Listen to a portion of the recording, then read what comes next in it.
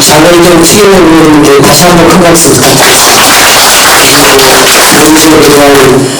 오늘 주제인 기념운동의 사적지 지정을 위해서 아주 명쾌한 답을 내려주셨습니다.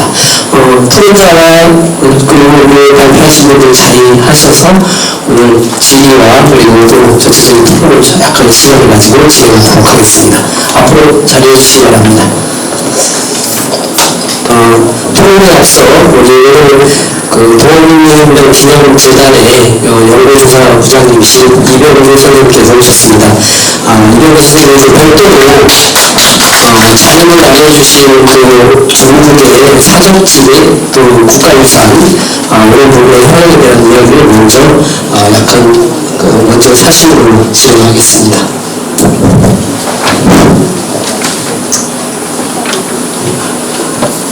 안녕하세요. 초대받은 종합국민운동 기념재단 조사부장 이병호입니다.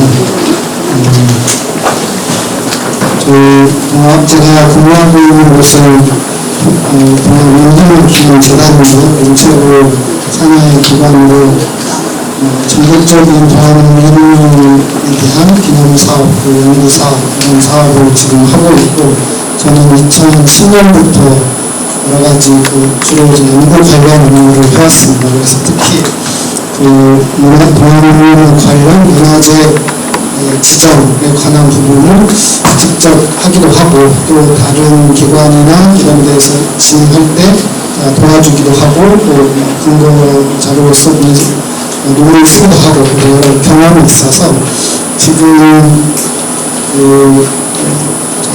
크게 말하는 충청북도, 또 구체적으로 말하면 동물에 관한 부분들이 있는데, 이런 부분들에 대해서 좀 청구가 되는 것들을 먼저 해드리겠습니다.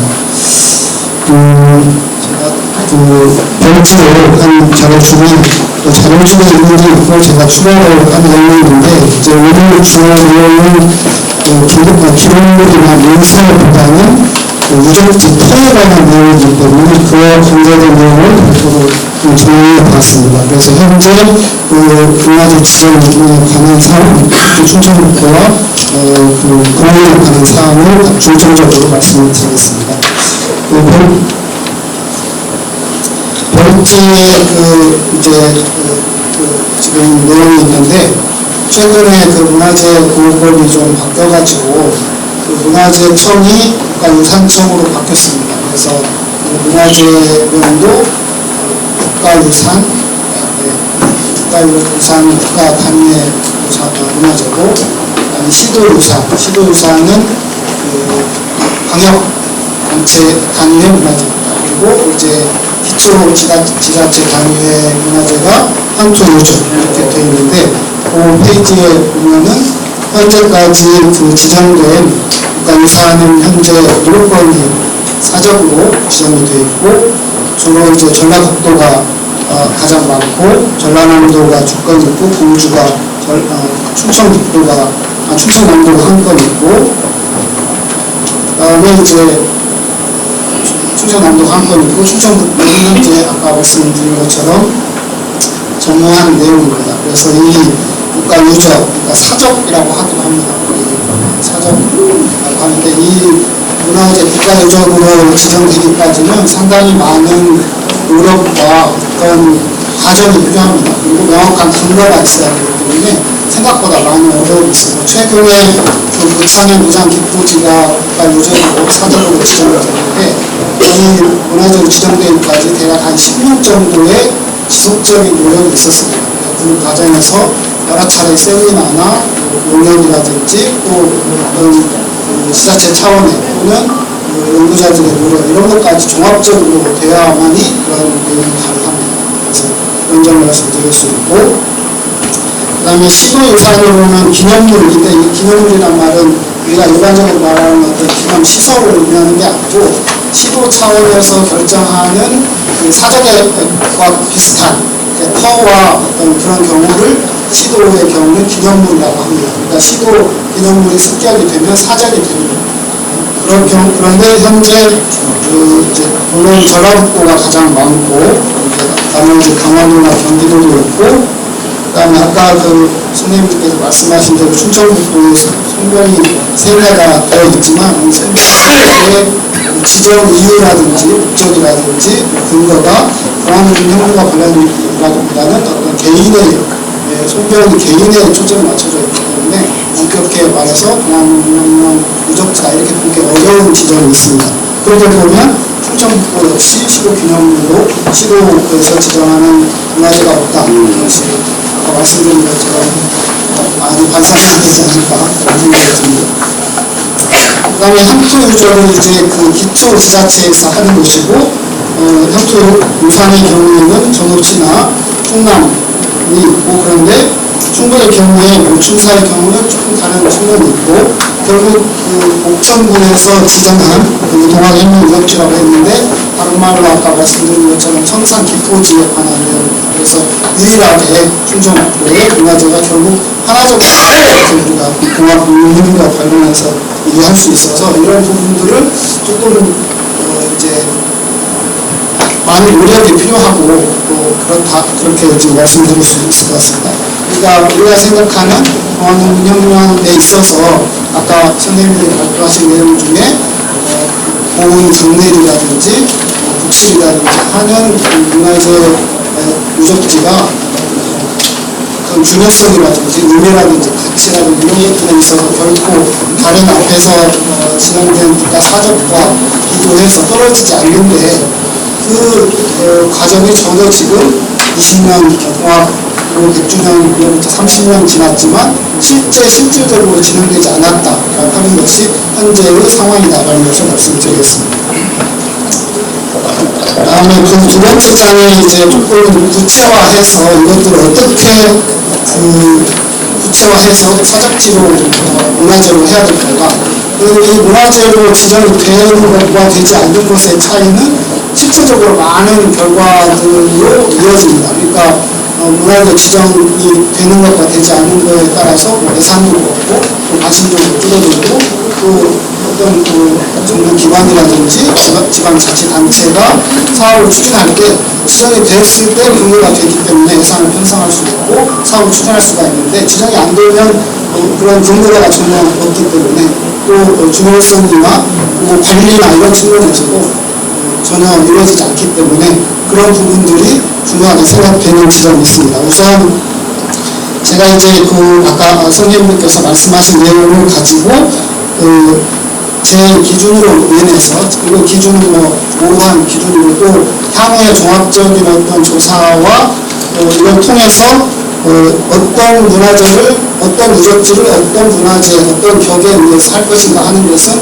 종합적인 어떤 판단과 여러 이제 연구자들이나 관계자들이 종합적으로 판단해야 할 사항이지만 제가 보기에 중요한 부분을 좀 기준을 만들어 봤습니다. 우선은 국가유산으로 할 수 있는 것들을 보면 앞에서도 말씀하신 것처럼 보훈 국세전투지, 그 다음에 보훈 집회, 그 다음에 청산기포지 이 부분은 상당히 중요한 의미를 갖고 있어서 지금 국세전투지의 경우에는 전투지잖아요. 그래서 실제 이제 나중에 문화재로 지정을 할 때 문화재위원들이라든지 실제 전투를 했느냐 안 했느냐 이게 좀 중요한 부분입니다. 싸움이 있었는가 없었는가 이런 것들이 되게 중요한 부분이고 이제 보훈 집회터 같은 경우는 상당히 많은 사람이 모였고 그것이 이후에 공안혁명과 관련해서 중요한 의미가 있기 때문에 아마 국가유산으로 해도 충분히 의미가 있는데 이제 보훈 집회터 같은 경우는 나중에 좀 구체적으로 들어가면 이런 문제가 생길 겁니다. 왜냐하면 지금 특별법에 의해서 공안혁명을 규정하기를 1894년 3월 1차 공기부터 9월 2차 공기 이렇게 규정이 되어 있습니다. 그렇게 따지면 보훈 집회터는 사실은 그보다 훨씬 이전인 1893년이 되잖아요. 그래서 그런 부분이 나중에 이 유적지를 공안혁명의 범주에 넣을 건지 말 건지 이런 부분에 대한 문제제기가 충분히 있을 것 같습니다. 그래서 그 부분은 논리적으로 설득을 해내고 이걸 제시해야 되는 그런 문제가 있기 때문에 현실적으로 제가 생각할 때 보훈의 충청북도에 가장 우선적으로 국가유산으로 추정할 수 있는 문화재는 보훈 국시센터가 아닌가 라고 생각이 듭니다. 그런데 앞에서도 여러 선생님께서 하셨겠지만 이 보건복지부터가 너무 방대하고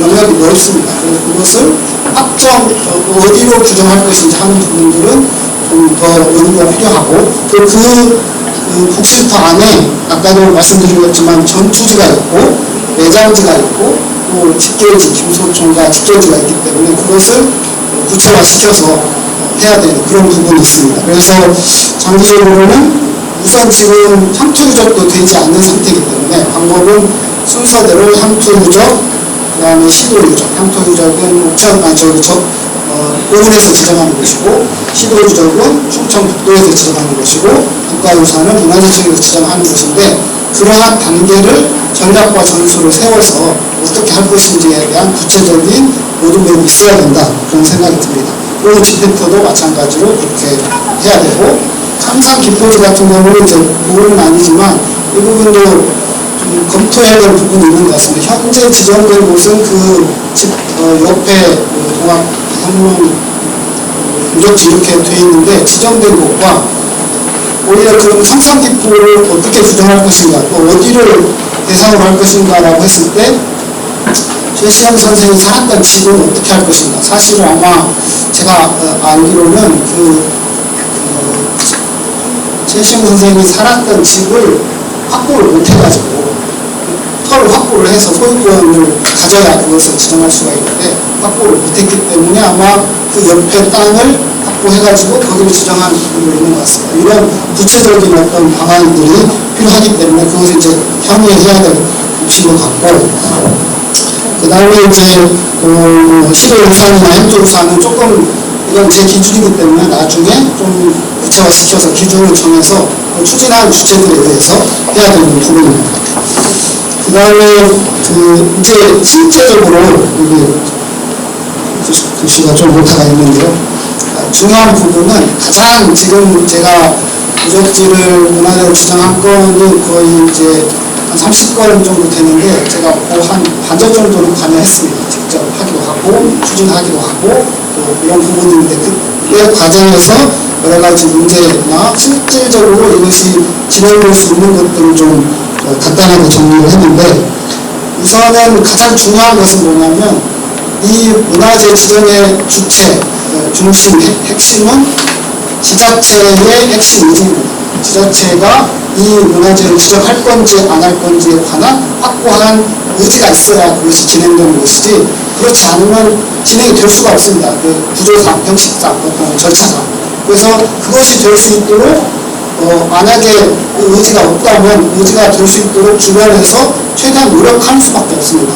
예를 들자면 지역기념사업회의 동아기념사업회 관계자들이 계속적으로 문제제기를 하고 또 유족들이 문제제기를 하고 이걸 통해서 그 담당자들이 하지 않으면 안 되는 상황을 만들어야 되는 겁니다. 그리고 물론 연구자들의 이론적 뒷받침이 필요한데 지금 상당한 부분 이론적 뒷받침이 될 수 있지만 물론 그것을 구체적으로 그 문화재가 지정될 때 근거 자료를 쓸 수 있는 구체적 자료를 만드는 것도 필요합니다. 그러면 이제 연구를 한다든지 그걸 통해서 그런 결과물이 있어야 됩니다.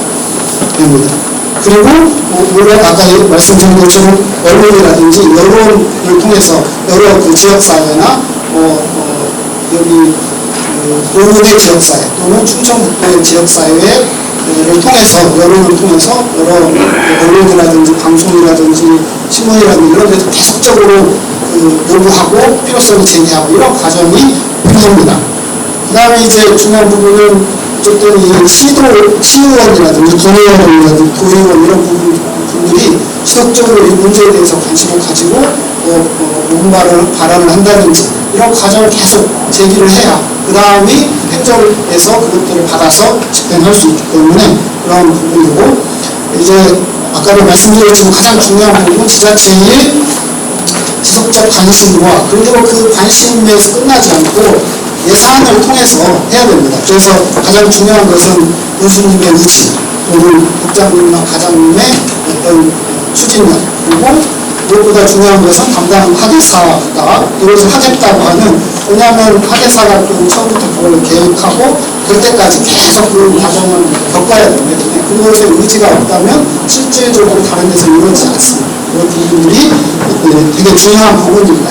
그래, 그렇게 했을 때 결과물이 나오지, 그렇게 하지 않으면 결과물이 전혀 나오지 않는다 하는 부분이기 때문에 그것은 이제 그 담당자와 여러 관계자들이 종합적으로 같이 힘을 합쳐야 결과적으로 될 수 있다, 이런 생각이 듭니다.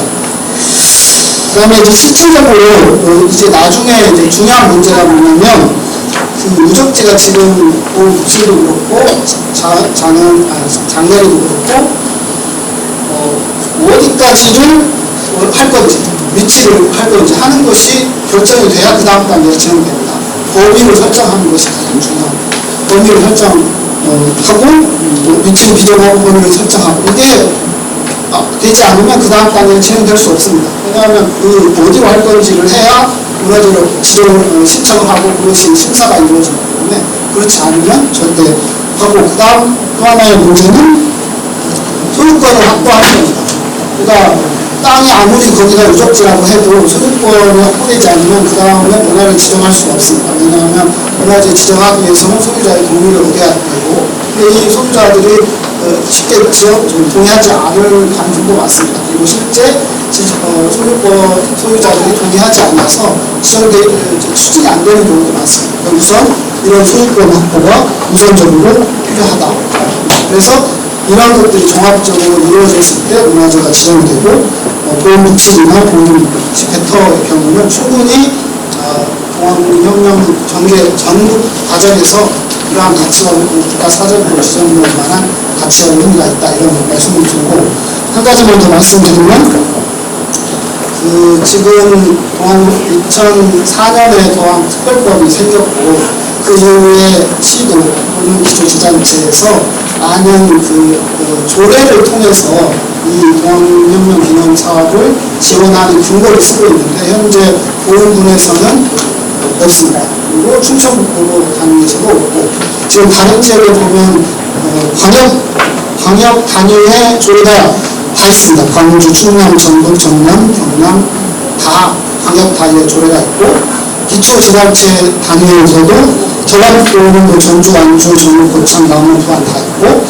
그 다음에 전남, 무안, 장성, 장흥 다 있습니다. 그리고 충남도 광역 단위 있고, 충남의 경우에는 기초지자체 단위의 조례가 용산, 아산, 천안, 공주, 예산, 태안, 당진 이렇게 기초지자체에 다 있는데, 충청북도의 경우는 옥천만 있습니다. 옥천이 있기 때문에 아까 혁토리적으로 지정되는 것과 연관이 있는데, 이러한 기본적인 조건들이 이루어져야 되기 때문에 조례를 만드는 것, 그 다음에 그 지자체가 이거에 대한 충분한 의지를 갖고 진행을 해야 되는 부분들이 있는데, 그것들은 기초지자체만의 문제가 아니라 우리 보건이나 아니면 충청북도 전체의 문제다, 그런 말씀을 드리겠습니다. 네, 말씀드리겠습니다. 네, 조사부장님께서 이야기하는 동안 갈 길이 멀구나 하는 생각이 들었습니다. 이 갈 길을 어떻게 하면 좀 짧게 갈 수 있는 방법이 없을까? 연구하시는 분들의 그동안의 노력을 여기 지역에 계신 분들이 이거를 어떻게 됐든 지역의 의견으로 일치해서 우리 군수님, 도지사님을 움직여야 되는데, 너무나 갈 길이 멀은 것 같다는 생각이 들고요. 지금 시간이 많이 지연이 돼서 우리 토론동이 발표하시는 선생님들도 하실 말씀이 너무 많을 것 같은데, 대신 유인분을 대신하고 방청석에서 오랜 시간 동안 이렇게 경청하셨는데, 혹시 궁금하신 거 있으면 우리 발표자분들께서 답변하는 걸로 한두 번만 질문 받고 오늘 학술의 날 마치도록 하겠습니다. 혹시 질의해 주실 분 계신가요? 해설사를 좀 하고 있는 이지영권이라고 합니다. 우리 신영민 교수님께 궁금한 점 하나 여쭤보고 싶습니다. 그 작년 7일에 이렇게 청와대 발굴 조사하실 적에 그걸 어떻게 하시는가 좀 한번 궁금한 점은 아니면 장안 무당에 보게 되면 관성전 사적부라는 기술이 있습니다. 거기 그 기물을 작자고 되신 청명 임창선 선생님께서 쓰신 비문입니다. 거기 비문 내용을 보면은 그 이단골 그 자리가 대학교들이 보였던 지표지라고 이렇게 나와 있습니다. 그래서 교수님께서 지금 창은 취업이라고 이렇게 조사하신데 그때도 그거를 참고를 하시고 무조건 검토하신 적이 있는지 교수님 생각에는 거기가 작은 지표지조사가 이렇게 추정할 수 있는 그런 생각이 드신지 한번 여쭤보고 싶습니다. 그걸 검토하신 적이 있는지 교수님 생각에는 거기가 작은 지표지조사가 이렇게 추정할 수 있는 그런 생각이 드신지 한번 여쭤보고 싶습니다. 예. 당시 여러 분들을 만나 뵙고서 말씀을 듣고 또 자료를 조사하고 본 군지 오래된 것이 있습니다. 거기에 나타난 기록된 것도 보고 그렇게 조사를 했지요. 그런데 우선 임창선 선생님 쓴 그 내용은 그 부분 전체를 가리키는 말이다 이렇게 생각을 했습니다. 23,000명 아무리 적게 잡아도 한 번에 모인 숫자가 23,000으로 이렇게 나오고 라고 하는 사람까지 합치면은 온 장례리 집회 때 여기에 왔던 사람들은 몇만 명이 될 겁니다. 몇만 명이 그 한 지역 그 선식고가 주변에 이렇게 모여 있을 수는 없다. 그러면은 어디에 있었을 것이냐? 돌성을 만들면은 돌성에서 일부가 집회를 하고 주변 산 위에 올라가서 멀리서 누가 오는가 방을 보고 있었고 또 추각을 짓고서 거기서 거치했다고 하는데 그것이 가보년인지 그 전에인지는 언제부터인지는 잘 모르겠는데 그것이 필요할 정도로 이렇게 사람들이 모여 있었죠. 그래서 우선 그 넓은 지역에 사람들이 모여 있었는데 거기에 주로 지도부들이 모여 있던 데가 어디냐? 이 큰 지화지구 짓고서 대도시로 썼던 데는 거기서 증언 나온 데를 보면은 적합한 그런 것은 아니다 이렇게 생각이 되는데 유일한 분이 얘기해 주셨어요. 선씨 가운데서 오랫동안 거기 계시면서 거기 여러 가지 증언해 주신 분이 그렇게 얘기한 지역은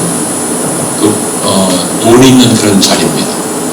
근데 거기가 돌성터에서 보면은 사람이 오가는 것이 충분히 보일 만한 그런 때문에 기록하고는 맞지만은 그것은 아니지 않는가 생각이 되고 중요한 것은 그 마을 자리입니다. 마을 자리는 지금 장내리에서 위로 올라가다 보면은 거기에 수로가 있습니다. 성가조시에서 나오는 수로가 있는데 수로 지나서 마을터가 비탈에 있는데 그 비탈에 참비처럼 이렇게 계속해서 집이 지어져 있다고 이렇게 나왔지요.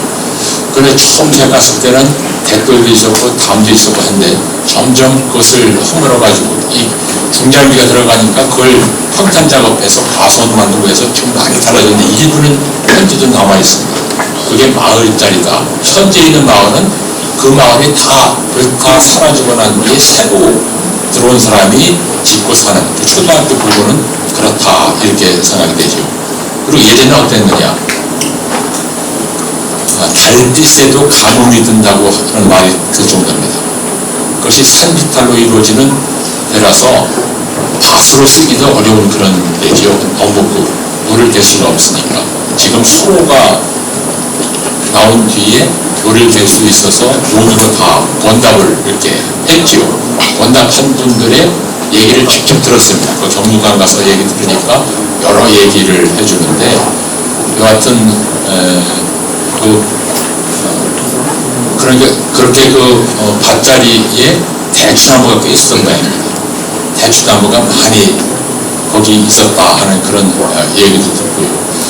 그리고 냇가를 건너서 선시고가 주변에 그 평탄한 그런 지역이 있어서 거기에다가 도의성을 쌓은 것이 아닌가 해서 조사를 했고, 그 도의성에서 나온 돌로 선시 고관을 지을 때 활용한 것이 아닌가 이렇게 생각이 됐는데, 여러 이렇게 추정을 해보니까 결과 그것은 아니다 이렇게 생각이 됐습니다. 거기에 그 삼각형 땅이 있었는데 삼각형 있는 땅 위에다가 도성을 졌다고 나와 있어요. 그런데 지금은 신작로를 기준에서 보기 때문에 그것이 삼각형 자리가 선시고가 주변 위에는 안 나옵니다. 그런데 예전에 그 삼각천이 지금처럼 직선으로 되어 있는 것이 아니라 산 쪽으로 이렇게 휘어 들어왔다가 막았다고 그래서 그 휘어 들어온 자리에 삼각형의 그 땅이 나오고 삼각형 땅 부분이 바로 도성자리입니다. 지금 현재 가보시면 우사자리 바로 아래까지 물이 들어왔습니다. 그러니까 거기에 델타 삼각형 땅 이것이 나오고, 거기에 삼각천은 건천입니다. 비가 오지 않으면은 자갈이 많이 있는 그런 건천이죠. 그래서 그 건천에서 자갈을 주워다가 돌섬을 쌓은 것 같습니다. 시골에서 해보니까 돌이 박진돌이 아니라 동그란 그 합전돌이에요. 그것이 쭉 쌓여 있는데, 이것이 그 시골 한 당시에도 상당히 많이 남아 있었고, 그런 돌이 그 마을 지킬 때 담장 쌓을 때 많이 썼습니다.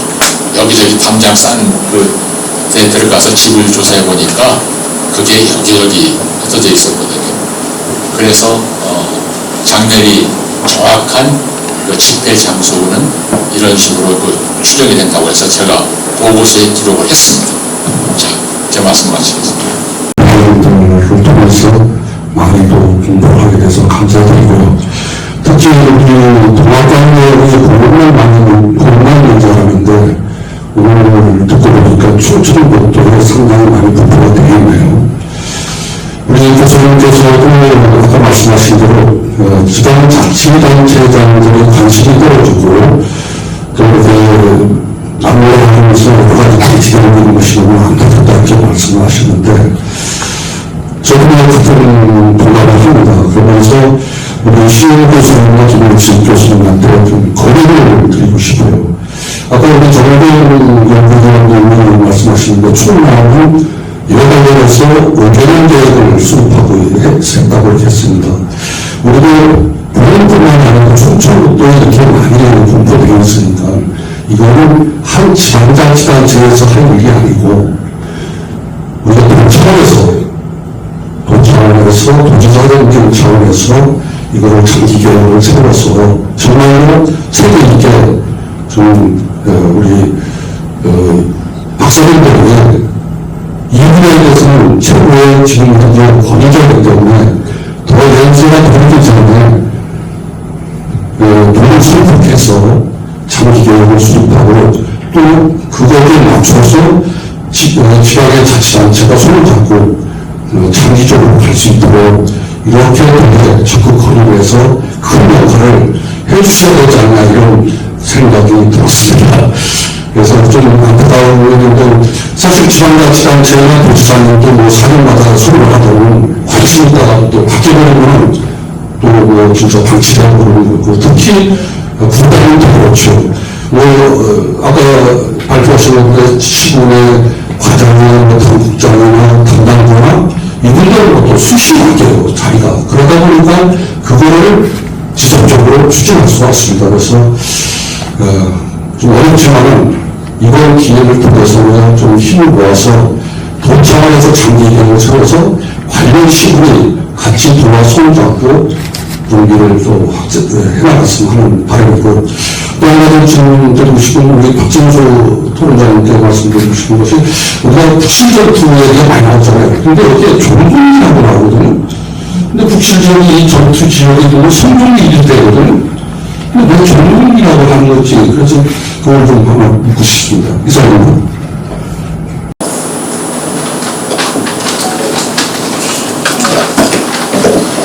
제가 뭐 성종리, 조공리, 뭐 이렇게 말씀은 기록은 북실입니다. 북실. 전체적인 성종리, 북실, 무청, 강신 일대를 다 북실 마을이라고 하기 때문에 북실 전투라는 개념으로 접근을 해주시기 바라고요.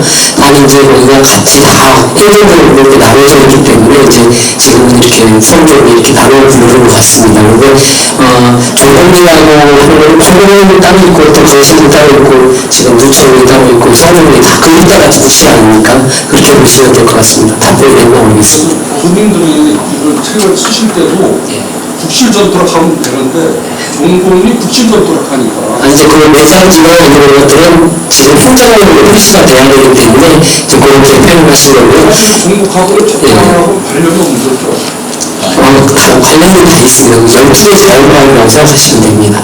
그 관련된 건 제가 조구현 설명드리죠. 제가 처음 그 보고서를 쓸 때 기록에는 종국전투, 종국리 이렇게 나오죠. 옛날 기록이니까. 근데 여러 어른들한테 이렇게 말씀 들어보니까 북실이다.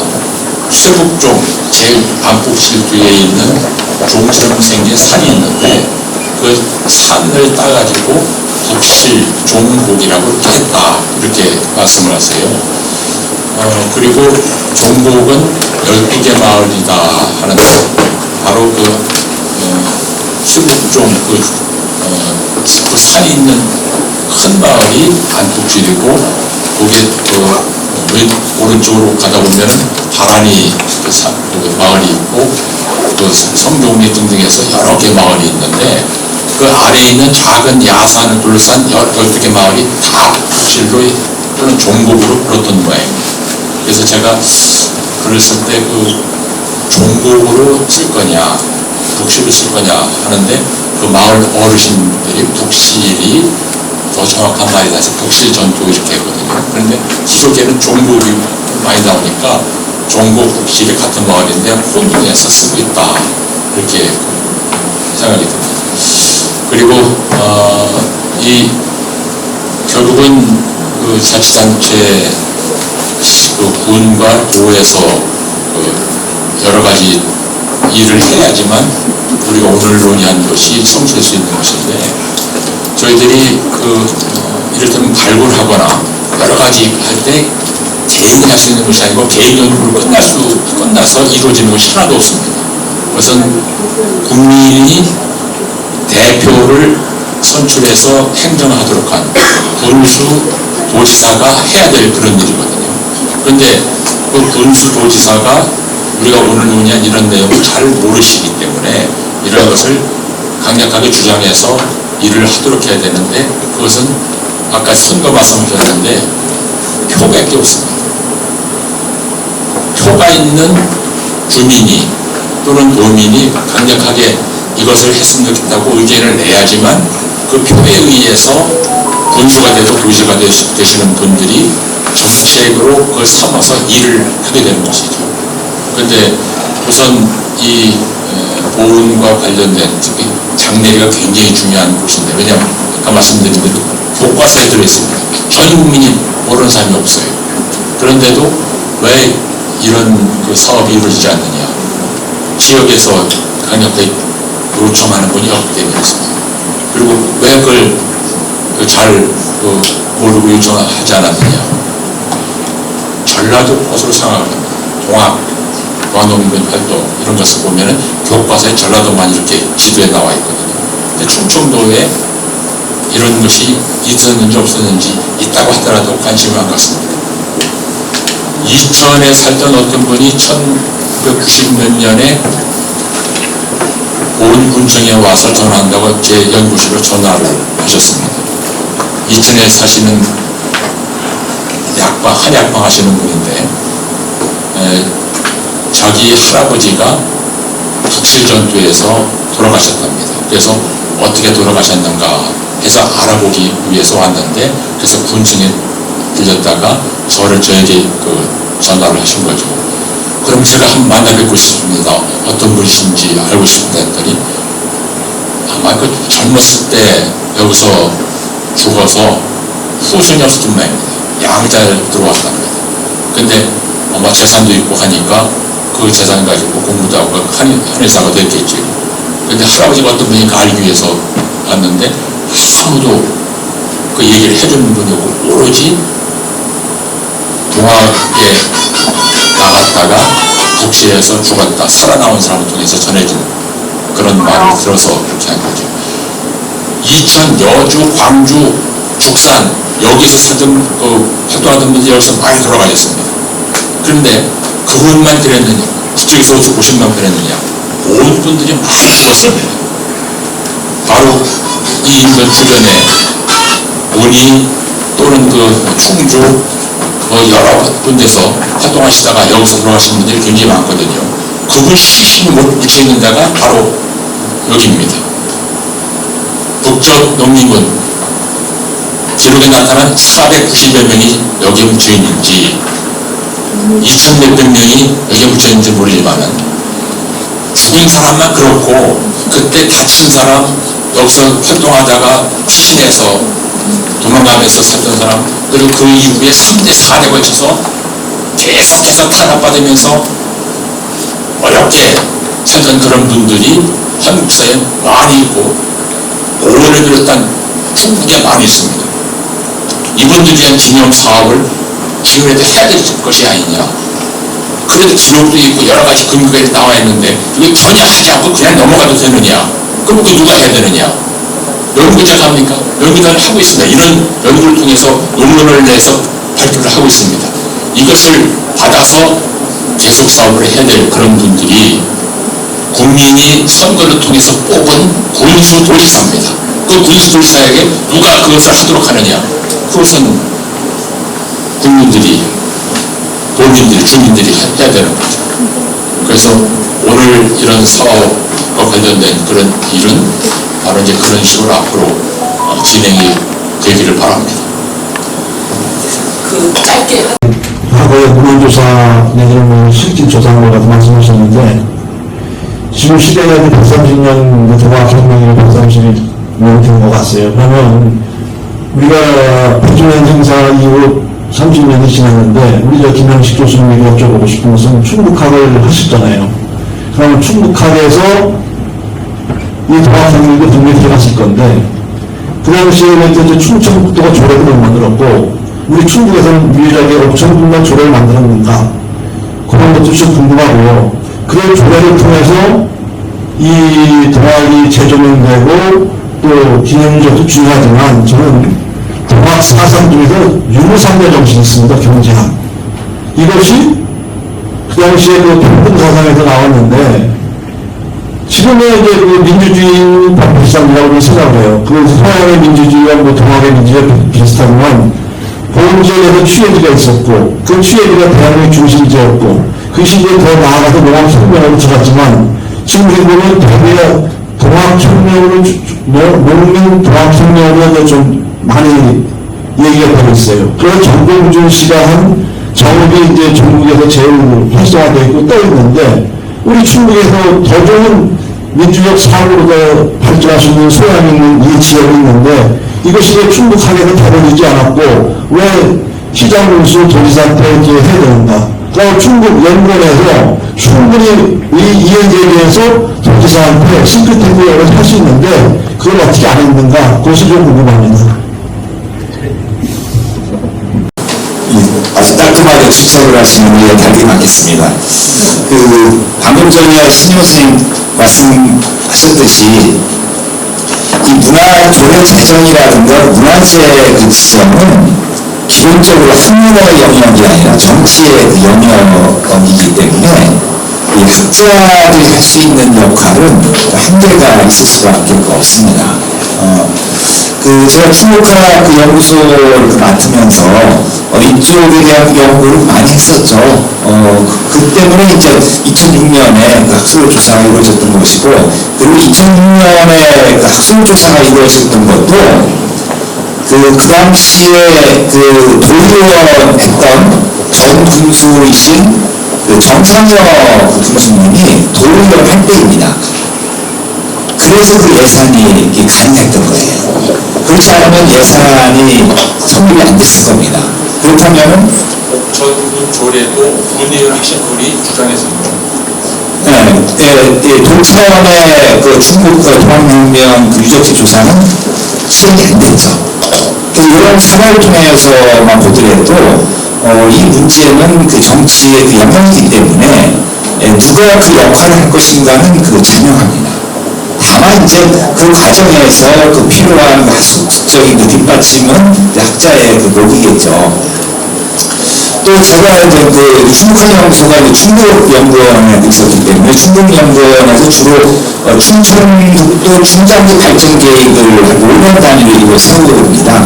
그리고 충청북도 중장기 발전 계획 위에 또 여타 그런 그 부흥별 계획을 많이 수립을 하거든요.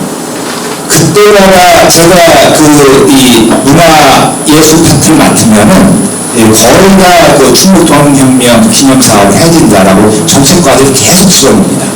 그리고 도지사가 그 바뀔 때 만약에 인수위원회로 들어가면은 그때도 핵심 그 과제로 동학혁명 기념사업을 90원 넣었었습니다.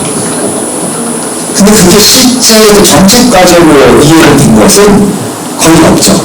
이루어졌어도 도에서 충북 고원 그 동학혁명 그 축제 지금 하고 있죠. 이런 축제 때 아마 도비가 조금 보조되는 걸로 알고 있습니다. 그렇죠. 네, 지금 되고 있습니다. 그걸로 퉁치는 겁니다. 그걸로 충북 동학혁명 기념사업 했다 이렇게 생각을 하고 그냥 넘어가요. 이게 지난 20년, 30년 계속 반복되어 왔던 겁니다. 그럼 결론은 이 문제를 해결할 수 있는 그 방법은 결국 민심인 거거든요. 아까 말씀드렸듯이 어떤 그 정치 영역이기 때문에 정치 영역에서 가장 요즘 중요한 것은 민심이고 그 민심을 따라서 움직이는 것이 그 시국 의원, 도의원들이고 그 단체장들이거든요. 그리고 그 민심을 움직여줄 수 있는 가장 큰 그 미디어 역할을 하는 것이 지역 언론입니다. 그 지역 기자들도 이 동아에 관심을 가진 기자들도 많고 또 상당히 기사화를 합니다. 근데 실제 언론에 지역 그 신문에 어떤 기사가 나더라도 그 기사의 그 파급 효과는 충북 지역 같은 경우에 아주 제한적이에요.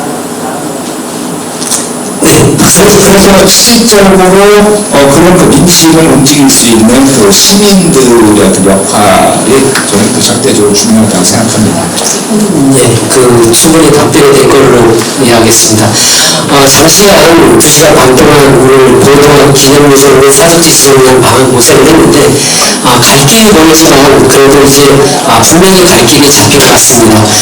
조만간에 우리 김영환 도지사님도 만나고 최재형 교수님도 만나서 이 부분에 대해서 좀 현실감 있게 진행할 수 있도록 이 지역에 계신 분들이 노력하겠습니다. 감사합니다. 오늘 박수에서 이번 수업 마치겠습니다. 감사합니다.